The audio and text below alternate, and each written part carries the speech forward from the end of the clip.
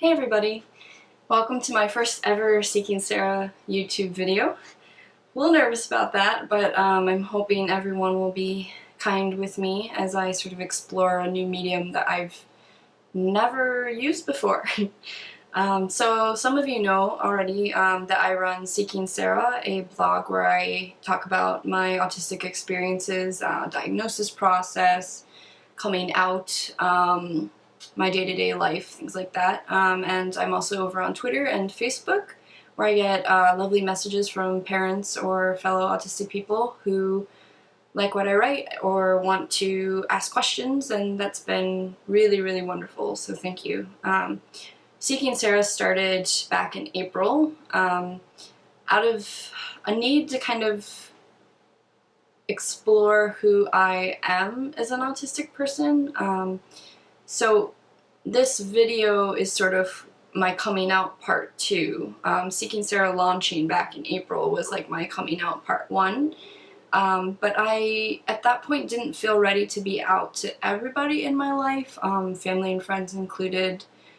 You know, I wanted to be vulnerable and kind of put myself out there and be authentically me with some people, but then I wasn't quite at the point yet where I felt ready to be just public about it. So that's sort of what this is, just through a different medium. So I'm just gonna kind of touch on sort of my journey till today, and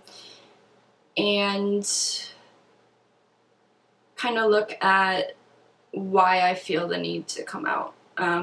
So obviously coming out was a big thing, but way back before then, several years ago, I was seeing a psychologist in Japan. I will call her S, just so that she remains private.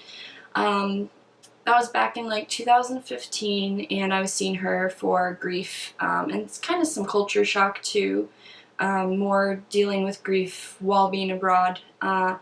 And after I'd seen her for quite a while, I sort of brought up to her, you know, I've been having these sensory issues. All my life I've kind of felt different, and I told her about how I'd found this book called Asperger's, and how that had kind of made me start to wonder, like, could I actually be on the spectrum?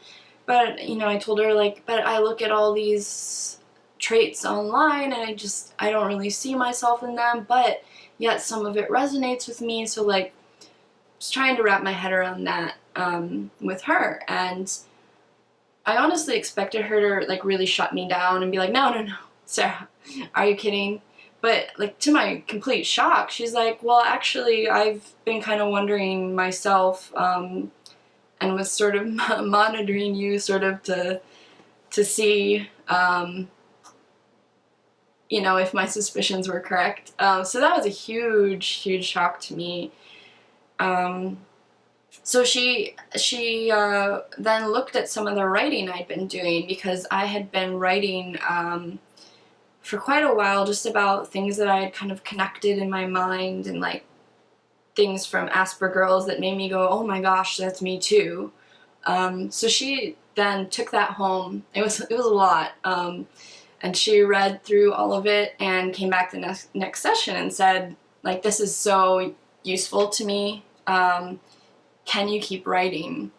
So for the next year or so, I continue to write, and a lot of that is actually the sort of draft version of the blog. And by the time I left Japan then, in 2017, I had been seeing her for 2 years, and she felt comfortable giving me a letter to whoever I would see next in the US. So later on that year, I went to a psychotherapist here in the United States, and I initially didn't give her the letter. I was back to sort of a place of like, are you kidding? You can't be autistic. Like, you don't match what there is in the media, like, essentially was my worry, I guess. But after a few months, I kind of was like, all right, I need to talk to you, and I gave her the letter, and she read through it, and from then on, in our sessions, she was sort of, again, like kind of monitoring me, like as we had sessions and picking up on some stuff. And then at one point I said, you know, I need to know. I can't keep like just having this on the back burner. So we sat down together like a few sessions later with the DSM-5 diagnostic manual, and we sort of had discussions about each criteria and talked it through, and she was able to diagnose me as autistic. So the reason I say autistic and not Asperger's is just because that's my diagnosis. ASD, Asperger, or not Asperger, autism spectrum disorder. So I don't say Asperger's because that's just, I mean, not what my diagnosis was. And I like autistic because it really is part of my identity. So I know a lot of people use like Aspie or something for Asperger's for the same reason. So you'll see like on my site and anywhere that I write, usually use a capital A, just as the deaf or blind community use a capital letter sometimes. And I tend to say autistic person, not person with autism. I know that varies across you know, all different spheres, but that's just what I prefer, so please keep that in mind when referring to me. Yeah, so if you want any more details, it's all written up, diagnosis and coming out. I'll put it in the description below. I have about 20 posts up right now on Seeking Sara about a variety of things. Facebook and Twitter are always there if you have any questions. If you want to message me, that's totally fine. I'm always up for that.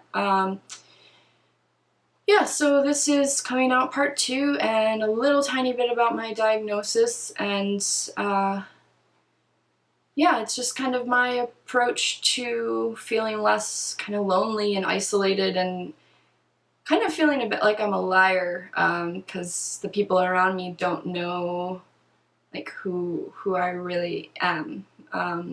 So I don't want that. I don't want to feel like I'm ashamed, because I'm not. I'm actually quite proud to be me, and being diagnosed has meant that I finally understand me. So thank you again for watching, and I hope you'll come check out my blog. Bye!